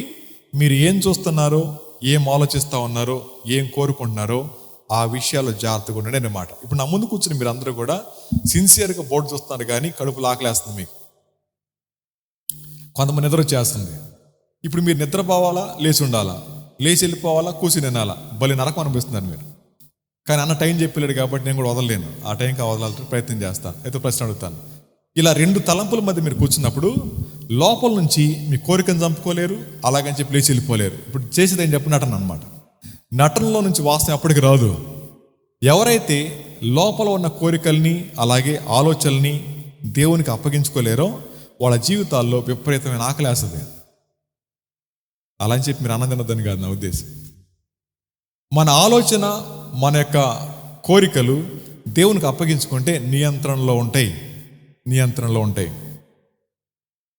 అర్థవతం నియంత్రణలో ఉంటాయి కదా. మీరు ఇలా ట్రై చేయండి. ప్రభా నాకు ఆకలేస్తుంది, కొద్దిసేపు ఆపుతారు ఆకలిని అడగండి. నిజంగానే ఊరిని ప్రాక్టీస్ చేసుకున్నట్లా. అది యథార్థంగా వీడు అడగమన్నాడు కదా, అడుగుతా అట్లా కాదు, నీకు యథార్థంగా ప్రభా నీ మాటలు కొద్దిసేపు వింటాను, ప్రభా కొద్దిసేపు ఆకలి తగ్గించవా, ప్రభా నిద్ర వచ్చేస్తుంది, కొద్దిసేపు నిద్ర తీసేవా, కొద్దిసేపు నీ మాటలు వింటాను. యథార్థంగా అడగండి. అర్థవద్దు, యథార్థంగా అడగండి. మన పొరపాటున ఒక మాట అన్నా, బాపట్ల దగ్గరే కర్లపాలెం దగ్గర మీటింగ్కి వెళ్ళా. 10:30కి ట్రైన్, 12 ట్రైన్ ఎక్కాలి రాయగడికి. నా 10ంటికి మెసేజ్ అయిపోయింది, 2 గంటల ప్రయాణం చూపిస్తుంది. అది పక్కన తమ్ముడుతో అన్నాను, ప్రభా ఊరికి అంటే మాట్లాడుకుంటే వెళ్తా, ప్రభా ఒక అరగంట టైం ఈ ప్రభా, మేము స్టేషన్కి వెళ్ళిన తర్వాత అన్నాను. వెళ్ళిన తర్వాత ఎంతకి రాదు ట్రైన్, కరెక్ట్గా అరగంటకి వచ్చింది. అది ఎక్కడ ఉంది? కృష్ణా కెనాల్లో ఉంది. మేము విజయవాడలో ఉన్నాం. మధ్యలో ఏముంది చెప్పండి? బ్రిడ్జే, ఏం అడ్డం కూడా లేవు. అరగంట తర్వాత వచ్చింది. ఎందుకు రావట్లేదు? టైం చూసుకుని చిరాకు పడుతున్నాం. అప్పుడు అనిపించింది నువ్వే ఆగమన్నా. ఊరికి నాది ఎందుకు ఆగిందో మాకు తెలియదు, మాకు చెప్తున్నా. అప్పుడు అనిపించింది, ప్రభా కొన్నిసార్లు మేము మీటింగ్ చూసుకుని వెళ్తున్నాం, టైంకి వెళ్తా ఉన్నాం. మా భయం ఏంటంటే నేను వెళ్ళిపోద్దేమో. Actual time వెళ్ళిపోదు. ఇంటికి వెళ్ళి బ్యాగ్ తీసుకుని స్నానం చేసి రావాలి స్టేషన్కి, టైం సరిపోదు. ఎలా అడిగాను? ఇంటికి వెళ్ళాలి, రెడీ అవ్వాలి, 1/2 అవర్ ఉండాలి ఇంకా స్టేషన్కి వచ్చిన తర్వాత. అలా బోల్డ్ సార్లు. ఇవన్నీ స్వార్థం కోసం ఏం కాదు, పరిచయం కోసం అడ్జస్ట్మెంట్లే. మన జీవితాల్లో యథార్థంగా ఇలాంటి చక్కగా ప్రాక్టీస్ చేసుకున్నప్పుడు ఏం బలపడుతుంది చెప్పండి? విశ్వాసం బలపడుతుంటుంది, రైట్? అందుకని నీ నోరు మంచిది కదా మాట్లాడబాకరా అంటారు కొన్నిసార్లు. ఎందుకంటారు చెప్పండి? నోరేం చెడ్డదని కాదు. అందుకని దేవుని కోసం యథార్థంగా జీవించే మీరు మీ మాట అవునంటే అవును, కాదంటే కాదనాలి. మించి వచ్చిందా ప్రమాదకరమైంది. సో ఇక్కడ రాయబడిన మాట what you watch, what you think and what you desire, surrender it daily అనే మాట. తర్వాత మా దగ్గరికి వచ్చేద్దామే. ఇంటిగ్రిటీకి చాలా పదాలు ఉన్నాయి. Adherence to moral principles in ethics. Integrity is regarding the honesty and truthfulness, uprightness, sincerity. అది మీకు అర్థం కాదులే కానీ ఇక్కడ చూడండి. గాడ్ రివార్డ్స్ ఇంటిగ్రిటీ అనే మాట. దేవుడు యథార్థతకు ఫలాన్ని ఇస్తారు. ఏం ఫలాన్ని ఇస్తారు తర్వాత స్టైల్లో చెప్తాను. Integrity may cost now but it pays later. యథార్థంగా బతకడాన్ని బట్టి కొన్ని కోల్పోవచ్చు ఇప్పుడు, కానీ తర్వాత మీరు బహుగా వాటిని తిరిగి పొందుకుంటారు. మళ్ళీ చెప్తాను, యథార్థంగా బతకడాన్ని బట్టి కొన్ని కోల్పోతారు. కొంతమంది ఉద్యోగాలు కోల్పోయి ఉండొచ్చు, కొంతమంది మంచి సంబంధాలు కోల్పోయి ఉండొచ్చు, కొంతమంది డబ్బులు కోల్పోయి ఉండొచ్చు. కానీ గుర్తుపెట్టుకోండి, మీ యథార్థత మీకు తప్పకుండా రివార్డ్ ఇస్తుంది అన్నమాట. అందుకే జోసెఫ్ గురించి మాట్లాడుతూ ఆయన జైల్లో వేయబడ్డాడు, కానీ చివరికి ఆయన ప్యాలెస్కి వెళ్ళాడు. Input decides our output. మనకు ఇన్పుట్ డిసైడ్ చేస్తుంది మన అవుట్పుట్ ఏంటో. అనేక సార్లు మనం ఏదైతే ఇన్పుట్ ఇస్తా ఉన్నామో అది మన అవుట్పుట్ని డిసైడ్ చేస్తాయన్నమాట. ఇక్కడ కూర్చొని మీరు చాలామంది ఇచ్చే ఇన్పుట్స్ ఎలా ఉంటాయి చెప్పండి. లోపలికి మీరేమి ఇస్తారు ఇన్పుట్స్ని? నేను సిస్టంలో కూర్చొని టైప్ చేసుకున్నా, అవుట్పుట్ అదే వచ్చింది. ఏది ఇచ్చానో అది వచ్చింది కదా. కానీ మన విషయం అలా కాదు. దేన్ని చూస్తున్నారో అది అవుట్పుట్ ఇస్తుంది, దేన్ని వింటున్నారో అది అవుట్పుట్ ఇస్తుంది, దేన్ని మాట్లాడుతున్నారో అవుట్పుట్ ఇస్తుంది. అవుట్పుట్ మీరు ఊహించిన విధంగా రాదు. ఎలాగో మాట చెప్తాను. సరదాగా నవ్వుతా, అరే ఈడేవుడు ఎట్లున్నారు ఏంట్రా నిద్రమోకుండా అన్నాను అనుకోండి, నిద్రమోకుండా నిద్రపోతుంటుందన్నమాట. ఆ మాటను బట్టి మా ఇద్దరు సంబంధం తెగిపోతే ఇన్పుట్ వేరు, అవుట్పుట్ వేరు కదా. అందుకని మాట మనం జాగ్రత్తగా ఉండాలి. ఇక్కడ చూడండి, మాట అద్భుతంగా ఉంటుంది. ఇది జోసెఫ్ అని ఆయన చెప్పారు, the reward of integrity are immeasurable. యథార్థంగా ఉన్నప్పుడు మనకు వచ్చే బహుమానం మనం కొలవలేంది. One is the indescribable inner peace. అది వర్ణించలేని అంతరంగ నెమ్మది. అర్థమవుతామా? యథార్థంగా ఉంటాను బట్టి ఏమొస్తుంది మనకి? లాటరీ ఏం రాదు. ఏముంటుందంట? వెలకట్టలేని అంతరంగుల నెమ్మది వస్తుంది. అండ్ సెరినిటీ, దాన్ని కూడా ఏమంటామంటే ప్రశాంతత వస్తుంది. That come from knowing we're doing what is right. ఎలా వస్తుందంటే అది మనకి తెలిసి మనం చేసే పనులు సరైనవైతే అటు మనం పొందుకుంటాం. తర్వాత మాట, another is an absence of the guilt and anxiety. రెండోది ఏంటో తెలుసా అండి? అపరాధ భావం ఉండదు, అలాగే యాంగ్జైటీ కూడా ఉండదు. ఎవరైతే యథార్థంగా జీవిస్తారో వాళ్ళ లోపల యాంగ్జైటీ ఉండదు, రెండోది గిల్ట్ ఉండదు. చాలామంది ఏమన్నా సమస్య ఏంటి చెప్పండి?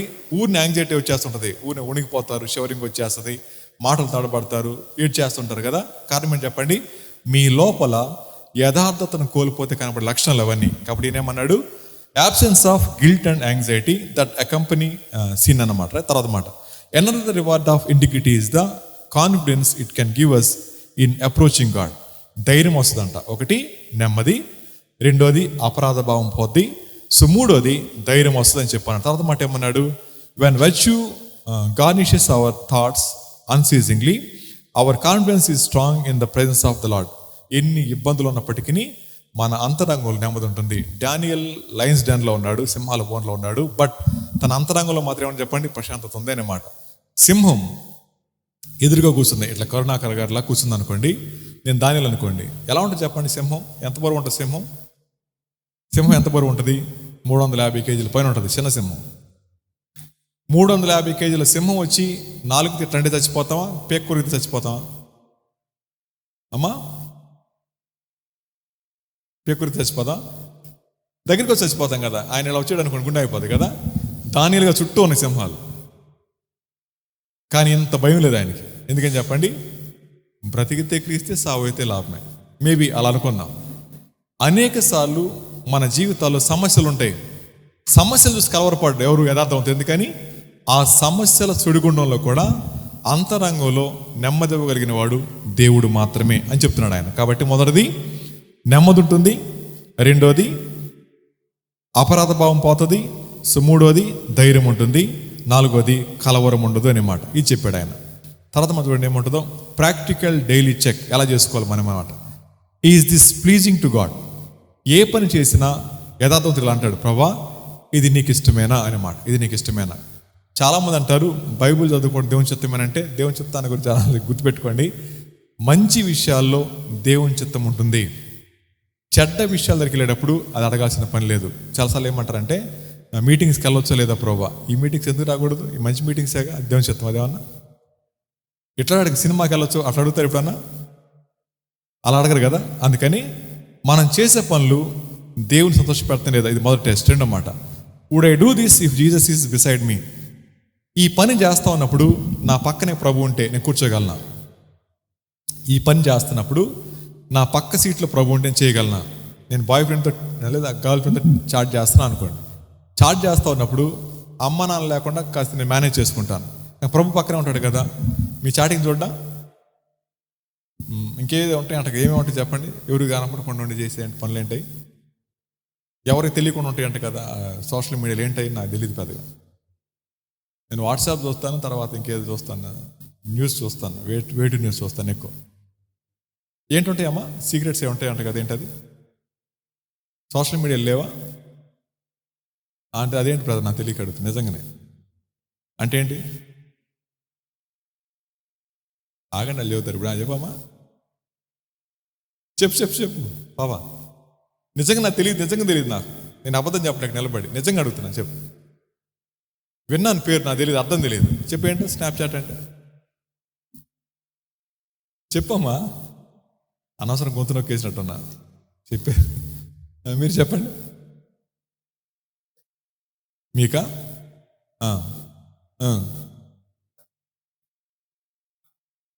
ఎవరికి పంపినోడు కూడా కనపడదా? ఓహో, రైట్. ఎంతమందికి స్నాప్చాట్ అకౌంట్స్ ఉన్నాయి ఇక్కడ? యథార్థంగా చేయొద్దండి. ఎంతమందికి స్నాప్చాట్ అకౌంట్స్ ఉన్నాయి? మగపిల్లలు ఎప్పుడు యథార్థవంతులు, ఆడపిల్లలు మోసగత్తులు. ఇప్పుడు చెప్పండి. ఎవరైతే చేయత్తలేదో వాళ్ళు కనుక స్నాప్చాట్ ఓపెన్ చేస్తే వాళ్ళకి పక్షపాతం వచ్చును కాక.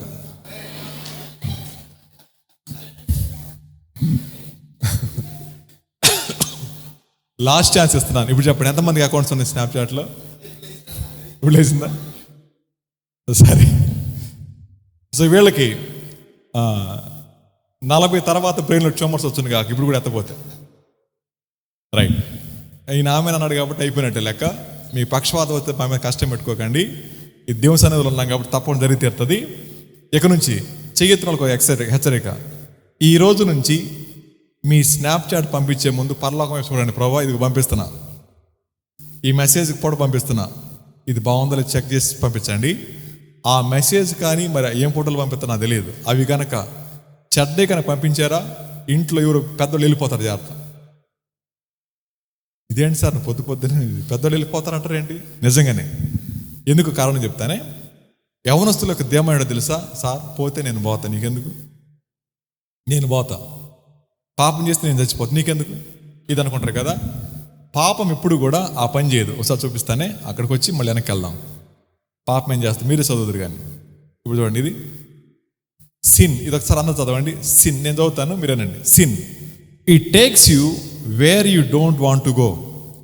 పాపం అనేది మీరు ఊహించని స్థలాలు తీసుకెళ్తుంది. It keeps you longer than you want to stay. నువ్వు ఉండాలనుకున్న సమయం కంటే ఎక్కువసేపు ఉండిపోతావు. అలాగా హాయ్ చెప్తావు, ఇది ప్రారంభం. ఆ తర్వాత ఫోన్ ఆగదు, ఛార్జింగ్ పెట్టుకునే ఉంటుంది అది. It cost you more than you want to pay. నీవు అనుకున్న దానికంటే గొప్ప వేళ చెల్లించాల్సి వస్తుంది. ఇది పాపం యొక్క లక్షణం. నేను చెప్పింది కాదు, రోమపత్రిక 6:23. చాలాసార్లు ఎవరు ఎలా మోసపోతారంటే, sin it takes you where you don't want to go. నీకు ఎక్కడైతే ఇష్టం ఉండదో ఆ స్థలం తీసుకెళ్ళిపోద్ది. మీరు దేవుని బిడ్డలే, సరదా ప్రారంభం అవుతాయి. మరి స్నాప్చాట్లు ఎలా ఉంటుందో నాకు తెలియదు కానీ, పరిచయం ఎలా ఉంటుందో తెలియదు కానీ, అలా మొదలైన మీ పరిచయం ఎక్కడ తీసుకొని పోద్ది? ఈ ఇన్స్టాలో, ఈ స్నాప్చాట్లో చాలామంది ఆడపిల్లలు స్నేహాలు పెట్టుకొని తమ వర్జినిటీ కోల్పోతున్నారు. వర్జినిటీ చాలామంది ఆడపిల్లలు అలా వర్జినిటీ కోల్పోతున్నప్పుడు ఆ వెళ్ళిన అబ్బాయిలు అమ్మాయిలు వీడియోస్ తీసుకుంటున్నారు. వాళ్ళ కోరిక తెచ్చపోతే వీళ్ళు అప్లోడ్ చేస్తారంటున్నారు. అలా నష్టపోతున్న వాళ్ళు బోల్డ్ మంది. నాకు తెలిసిన యవనస్తులు, యవన బిడ్డలు ఈ సోషల్ మీడియా ద్వారా, అబ్బాయిల ద్వారా, అమ్మాయిల ద్వారా మోసగించబడి తమ జీవితాల్లో కోల్పోయి కొంతమంది సూసైడ్ కూడా చేసుకున్నారు. వాడు బెదిరిస్తున్నాడు. ఇప్పుడు దాకా జరిగిన ఉంటుంది కదా సంభాషణ, నేను తీసి పెట్టుకున్నా, తర్వాత నీ సంగతి తెలుస్తా అంటాడు. ఇంకేం చేస్తాడు? అమ్మ అయిపోయింది. సిన్ అనేది నువ్వు ఊహించిన దానికంటే ఎక్కువ దూరం తీసుకెళ్తుంది. నువ్వు అనుకున్న దానికంటే ఎక్కువ కాలం అక్కడ ఉంటావు. మూడోదిగా, నువ్వు ఊహించిన దానికంటే ఎక్కువ వేళ చెల్లించాల్సి వస్తుంది. ఇప్పుడు చూడండి, పాపం నువ్వు చేస్తా ఉన్నప్పుడు ఆనందించేది నువ్వు, అంతమయ్యేది నువ్వు ప్రేమించేవాడు. నువ్వు చేసే పాపం మీ నాన్న లేపేస్తే హ్యాపీనా? హ్యాపీ అయితే చేసుకోండి, మీ ఇష్టం. ఇది నేను చెప్పింది కాదు, బైబిల్ చెప్పిన మాట. దేవుడు ఏ పాపాన్ని ఎలా ట్రీట్ చేస్తారో, ఏ పాపాన్ని ఎలా పనిష్ చేస్తారో నీ చెప్పి చేయడు. నువ్వు ఊహించిన విధంగా చేయడు. ఆయన చేస్తే మళ్ళీ కోలుకోలేవు. అది పద్ధతి. నువ్వెవరినైతే అమితంగా ప్రేమిస్తావో వాళ్ళని తీసేసి తట్టుకోగలుగుతారా? Then you can do it. లేకపోతే ఇక్కడ ఆపేసేయండి. ఇక్కడ ఆపితే మంచిది మీకు. ఇన్ కేస్ ఎలాగే చెప్తారు అనుకుని వెళ్ళిపోతే కనుక త్వరలో కోల్పోయేది నువ్వు బాగా ప్రేమించే వాళ్ళనే. అదొక పద్ధతి. ఇంకో పద్ధతి, నువ్వు బాగా ప్రేమించే వాళ్ళు మంచాన పడితే అదవుతుంది మాట. ఖచ్చితంగా జరుగుద్ది. నీవు చేసిన పాపం అంత స్వేచ్ఛకి నువ్వు చంపదు. కుమిలి కుమిలి సావాలి, అది పాపం యొక్క నైజం. నలిగిపోతారంతే. చేసి నువ్వు బాగుంటావు, నువ్వు ప్రేమించేవాడు వెళ్ళిపోతారు, ఆ తర్వాత క్షణక్షణం చస్తూ పోతారు. అలాంటి బతుకు అవసరమని అంటారా? ఎందుకు ఆ బతుకు మనకి? కాబట్టి ఎన్నడూ కూడా పాపాన్ని తేలిక తీసుకోకండి. అలా తీసుకొని నష్టపోయిన వాళ్ళు చాలామంది ఉన్నారు. నేను కూడా కొంతకాలం క్రితం అలాగే నష్టపోయాను కాబట్టి చెప్తున్నాను. మీ ఇష్టం. తర్వాత ఎటు వెళ్తున్నాను నేను? వెనక్కి రావాలి కదా. సారీ, అప్పుడు అయిపోయిందా? సారీ అమ్మ, అది ఎక్కడ దాకా వచ్చాను? ఇది నాకు పెద్దగా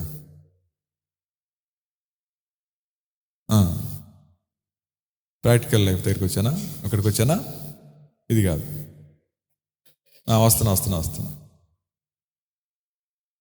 దీని ముందు స్లైడ్ అనుకోండి. రైట్, ప్రాక్టికల్ వెళ్ళి ఎక్కడ దాకా వచ్చాం కదా. సరే, మళ్ళీ అక్కడికి వెళ్దాం.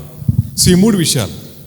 మొదటిది, నేను చేసే పని దేవుని సంతోష పెడతా ఉందా లేదా, ఒకటి.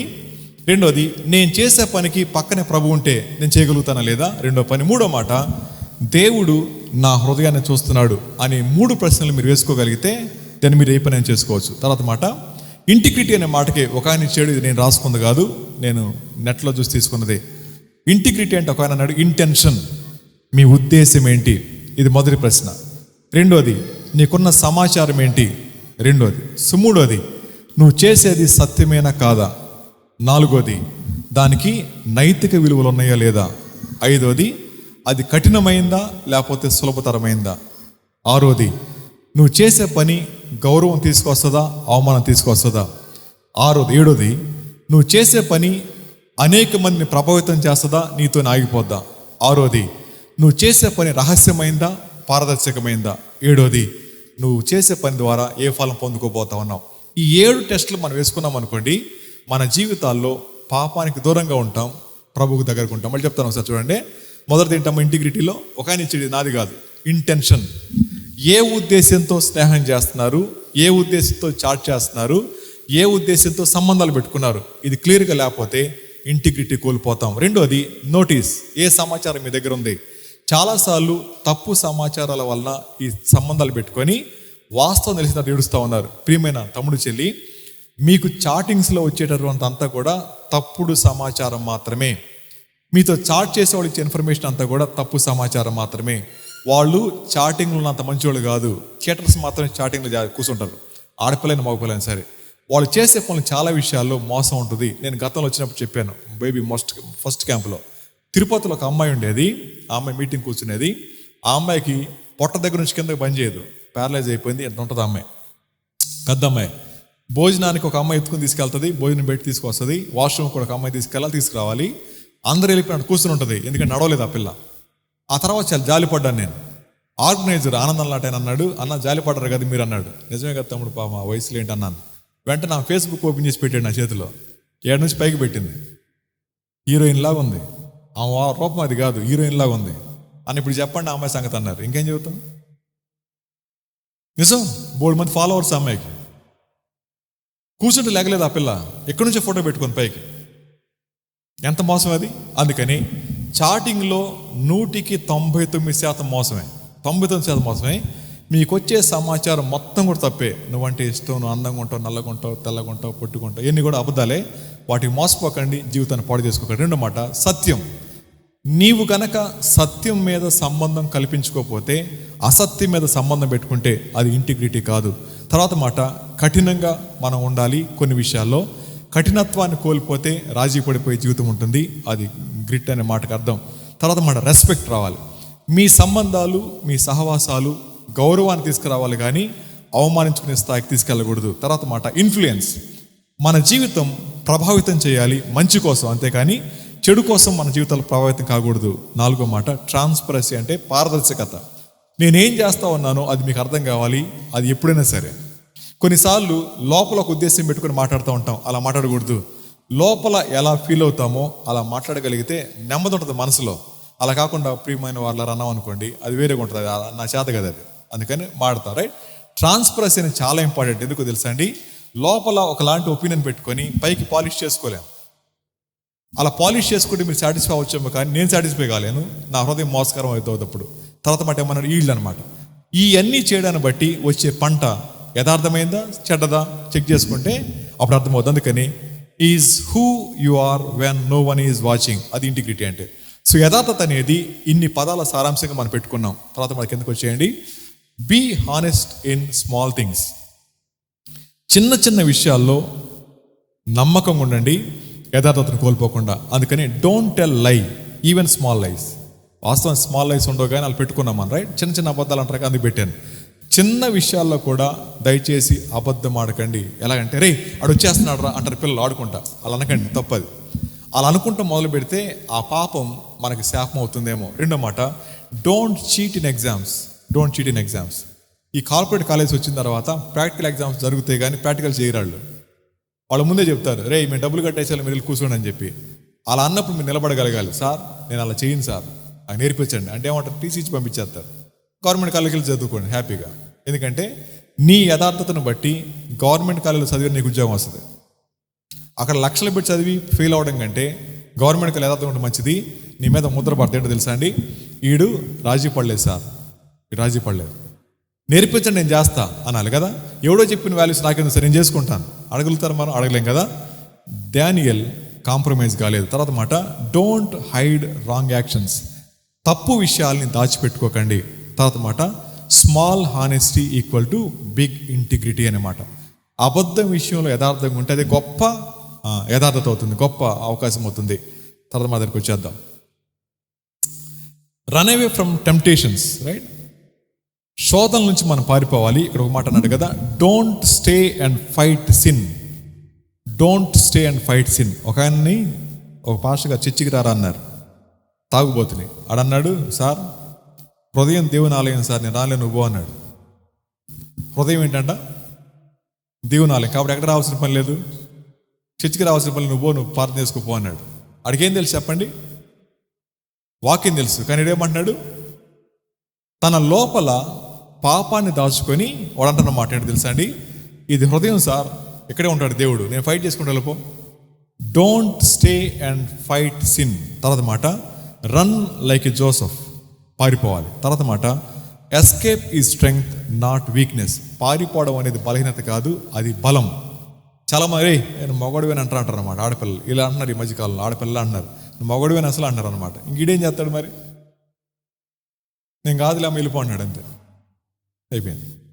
అదేం పాపం కాదు, అలా చెప్పడం మంచిది. అలా చాలాసార్లు ఆ మాట చెప్పలేక జీవితాన్ని కోల్పోయిన వాళ్ళు నాకు తెలుసు. ఆ ఒక్క మాట చెప్పలేక ఒక వంశం కోల్పోయారు. నాకు తెలిసిన నా ఫ్రెండ్ ఒక వంశం కోల్పోయాడు. వాడు చచ్చిపోయాడు, వాళ్ళ నాన్న చచ్చిపోయాడు, వాడి గురించే వాళ్ళ అమ్మ చచ్చిపోయారు, ఆడికి ఇద్దరు భార్యలు, వాళ్ళిద్దరు చచ్చిపోయారు, ఆడు పుట్టిన బిడ్డ కూడా చచ్చిపోయాడు. మొత్తం ఒక్క మాటే, మొగడు అని అంటున్నారు అంతే. ఆడు మగతనం తెలుసుకోవడానికి వేసుల దగ్గర పోయాడు, వ్యభిచారం ఎయిడ్స్ వచ్చింది ఆడికి, మొత్తం పోయారు. ఒక్కడే కొడుకు, వాడి పేరు రవి, ఒక్కడే కొడుకు, చాలా మంచివాడు. ఆడు ఎగతాలు చేశాడు అంతే. నేను మగడు అని అంటారా, ఆడపిల్లలు లేరండి నీకేంటి అన్నారనమాట. ఛాలెంజ్గా తీసుకున్నాడు, వెళ్ళిపోయాడు, పాపం చేశాడు. కుటుంబం మొత్తం పాడైపోయింది, మొత్తం పోయింది, లేరు. వాళ్ళ అక్క ఒక్కత మిగిలి ఉంది. మరి వాళ్ళకి ఎంతమంది ఉన్నారు పిల్లలు నాకు తెలియదు. ఇది మా ఊర్లో జరిగిన సంఘటన. తర్వాత మాట, wrong chats, bad company, private browsing, be careful. తప్పు చాట్స్ కానీ, చెడ్డ స్నేహాలు కానీ, ప్రైవేట్ బ్రౌజింగ్ కానీ, ఎవరు బ్రౌజ్ చేస్తారు కదా, వాటి విషయం జాగ్రత్తగా ఉండండి. సో తర్వాత మాట, ఇది మనం చూసాం కదా, నెక్స్ట్ మాటకి వెళ్ళిపోదాం. Build a relation with God. దేవునితో ఒక మంచి సంబంధం ఏర్పరచుకోవాలి. ఎలాగా? డైలీ ప్రేయర్ చేసుకోవడం, బైబిల్ చదువుకోవడం, దేవుని ఆరాధించుకోవడం. తర్వాత connection with God keeps heart clean. దేవునితో సంబంధం కలిగి ఉంటాన్ని బట్టి హృదయం ఎలా ఉంటుంది చెప్పండి, పరిశుద్ధంగా ఉంటుంది అనే మాట. ఆ తర్వాత మాట, వాట్ నాట్ టు డూ. ఏం చేయకూడదు మనం. ఇక్కడ నుంచి త్వరగా ముగిస్తాను, నాకు 5 స్లైడ్స్ ఉన్నాయి, 5 అయిపోతే స్లైడ్ కంప్లీట్ అయిపోతాయి. మొదటి మాట, ఏం చేయకూడదు మనం. God hates hypocrisy. దేవుడు వేషధారణను అస్సలు ఇష్టపడు. మీరు ఎక్కడ ఎవరైనా చీట్ చేయొచ్చేమో కానీ దేవుని చీట్ చేయడం ఎవరి తరం కాదు. రెండో మాట, acting holy outside, sinful inside. బయటికేం పరిశుద్ధుల్లా బిహేవ్ చేస్తారు, లోపల మాత్రం బహు దుర్మార్గులు జీవిస్తూ ఉంటారు. అది దేవునికి ఇష్టం లేదు. తర్వాత అవాయిడ్ డబుల్ లైఫ్. ద్వంద్వ జీవితాన్ని విడిచిపెట్టండి అనే మాట. ద్వంద్వ జీవితాన్ని, రైట్? ఇక్కడ కూర్చొని మీకు అర్థమవుతున్నాయి. అలా అని చెప్పి మీరు అన్నీ స్వీకరించట్లేదు. స్వీకరించకపోతే మీ బుర్రలో ఉంటాయి. సర్టెన్ పాయింట్ వస్తుంది, ఆ రోజున ఇవన్నీ రికలెక్ట్ చేసుకుంటారు. ఆ రోజున పశ్చాత్తాపడిన పోయిన దాన్ని తిరిగి మళ్ళీ పొందుకోలేరు. కాబట్టి దేవుడు మాట్లాడే ప్రతి మాటని చాలా సీరియస్గా తీసుకోవాలి, లేకపోతే మనకు ప్రమాదం ఉంటుంది. తర్వాత మాట secret sin. No one knows your attitude. Secret sin అప్పుడు నీ వైఖరి ఎవ్వరికి తెలియదు. అప్పుడే మౌనంగా ఉంటావు, అప్పుడే కోపడతావు, అప్పుడే ప్రేమగా ఉంటావు, అప్పుడే ద్వేషిస్తావు, అప్పుడే నవ్వుతావు, అప్పుడే ఏడుస్తావు, మనకు తెలియదు. కానీ దేవుడికి తెలుసు మన వైఖరి ఏంటో. తర్వాత మాట ఏమన్నాడు? Hidden habits. చాలామందికి భయంకరమైన అలవాట్లు ఉంటాయి వ్యక్తిగతంగా. పక్కన ఉన్న ప్రాణ స్నేహితుడు కూడా తెలియదు, స్నేహితురాలకు కూడా తెలియదు, అమ్మ నాన్న కూడా తెలియదు. భయంకరమైన అలవాట్లు ఉంటాయి. చాలామంది ఆ అలవాట్లు చిక్కుని పోయి ఎవరికైనా చెప్తే చిన్నతనంగా చూస్తారేమో అని చెప్పి చెప్పుకోకుండా నలిగిపోతూ సూసైడ్ చేసుకున్న వాళ్ళు బోల్డ్ మంది సూసైడ్ చేసుకున్న వాళ్ళు, రైట్? అందుకని ఎన్నడూ కూడా మీ రహస్యంగా ఏ అలవాట్లకైతే బందీలు అయిపోయారో దాని నుంచి బయటకు వచ్చేయండి. యవ్వన కాలం చాలా ప్రమాదకరమైన. తర్వాత మాట secrets in destroys openly later అనే మాట, రైట్? నీ రహస్య పాపం బహిరంగంగా నిన్ను నాశనం చేస్తుంది. ఇది సీక్రెట్స్ ఇన్ గురించి. తర్వాత మాట రాంగ్ ఇన్ఫ్లుయెన్సెస్, చెడ్డ ప్రభావాలు. ఏంటి చెప్పండి? అది బ్యాడ్ ఫ్రెండ్స్ కానీ, డర్టీ కంటెంట్ కానీ, నెగిటివ్ ఎన్విరాన్మెంట్ కానీ, తర్వాత show me your friends I show your future అనే మాట, రైట్? ఈ మూడిట్లో మన జాగ్రత్తగా ఉండాలి. బ్యాడ్ ఫ్రెండ్స్, డర్టీ కంటెంట్, తర్వాత నెగిటివ్ ఎన్విరాన్మెంట్. పొద్దున్న చెప్పాను కదా, ఒక అమ్మాయి తప్పు చేసింది, తన స్నేహితుడు హెల్ప్ చేశారు, తను కూడా చచ్చిపోయింది. స్నేహం ప్రాణం తీసి అంత ఉండకూడదు. ఒకవేళ నాలో చెడు కనపడితే నన్ను ప్రేమించే కరుణాకర్ గారు ఏమన్నా సరే, రాజేష్ నువ్వు బాగాలేదురా, నువ్వు మార్చుకుంటావు మార్చుకో, నువ్వు నా చెప్పేది అన్నావు అనుకోండి, ఆయన మానేయాలి నాతో స్నేహాన్ని. నా ప్రేమించే స్నేహితుడు అయితే హెచ్చరించాలి, సరి చేసుకోకపోతే పక్క వెళ్ళిపోవాలి, నేను పాడైపోతాను. అదవుతండి. ఇది ఎలా ఉంటుందో నాకు తెలియదు, కానీ అది వాస్తవం కూడా నాకు తెలియదు. ప్రాచీన కాలంలో అంటే శిక్షలు ఎలా ఉండేవి. శిక్షలు బ్రతికున్న నాకు చచ్చిపోయిన శవాన్ని కట్టేవాళ్ళంట. చచ్చిపోయిన శవాన్ని ఇద్దరిని కలిపి రూమ్లో పడేసేవాడు. శవాన్ని నన్ను కలిపి కట్టి పడేసేవాళ్ళు. పడేసిన తర్వాత సెకండ్ డేకి ఆ బాడీ కుళ్ళిపోద్ది, ఆ ఫ్లూయిడ్స్ అని నాకు అంటుకుంటా ఉంటాయి. నెమ్మదిగా నన్ను కూడా డికే చేస్తుంది. పురుగులు మొదలవుతాయి. 7 రోజుల తర్వాత పురుగులు నన్ను కూడా తింటాయి. బ్రతికొండగా ఒకడు, చచ్చినోడు ఒకడు కలిసి కట్టేసుకుంటే ఎలా ఉంటుంది చెప్పండి? నీ స్నేహితుడు స్నేహితురాలు మారు మనసు లేని వాళ్ళు అయితే మీ పరిస్థితి కూడా అంతే. మీ పరిస్థితి కూడా అంతే. మీ స్నేహితుడు కనుక మారు మనసు లేకపోతే, మీ స్నేహితురాలకు మారు మనసు లేకపోతే చచ్చిన శవంతో టై చేసుకుంటే లెక్క. అలా ఎవరైతే చచ్చిన శవంతో టై చేసుకుంటారో ఎంతో కాలం క్షేమంగా ఉండలేరు, తప్పకుండా పాడైపోతారు. కుళ్ళిపోయింది కుళ్ళ చేస్తే కానీ బాగు చేయదు. మీరేమనుకుంటారు, నేను బతికి ఉన్నాను కదా సార్ అని చెప్పి, కానీ కట్టేసుకుంది ఎంతో శవంతో. సో శవంతో టై చేసుకుంటే మిగిలేది శవమే కానీ జీవం కాదు. కాబట్టి మీ ఇన్ఫ్లుయెన్స్ అనేది బ్యాడ్ ఫ్రెండ్స్ ఉండకూడదు. తర్వాత మాట డర్టీ కంటెంట్.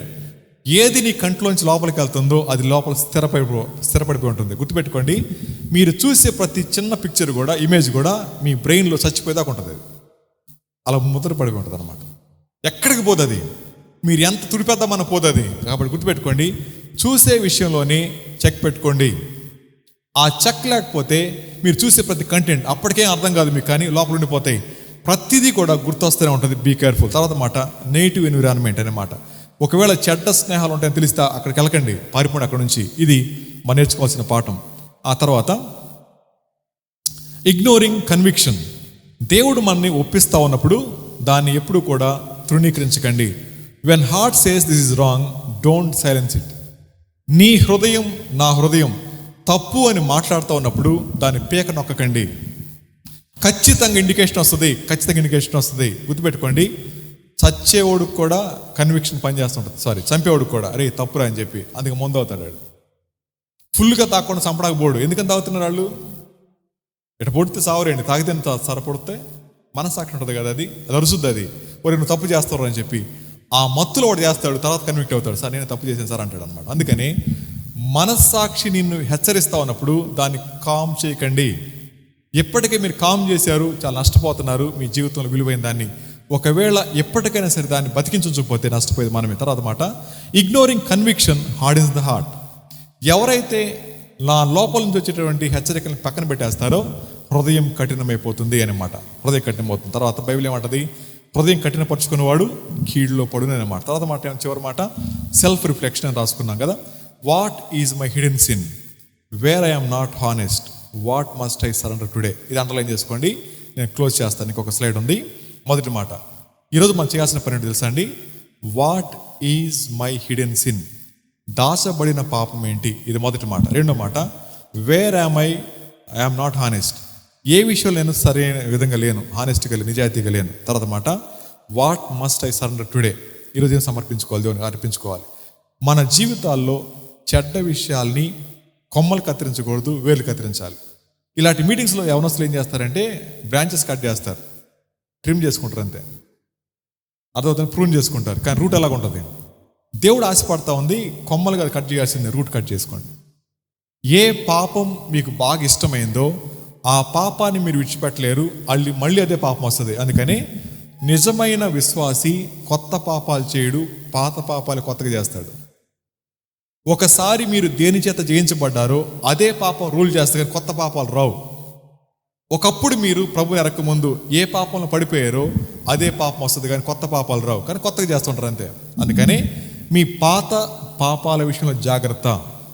అది సెన్స్ చేయగానే అక్కడి నుంచి పారిపోండి, ఇది మాట. అందుకని ఈయన అంటాడు, మొదటి మాట, లోపల దాచబడిన పాపం ఏంటి, ఎక్కడ మనం హానెస్ట్గా లేము. మూడో మాట, ఏది సరెండర్ చేసుకోవాలి.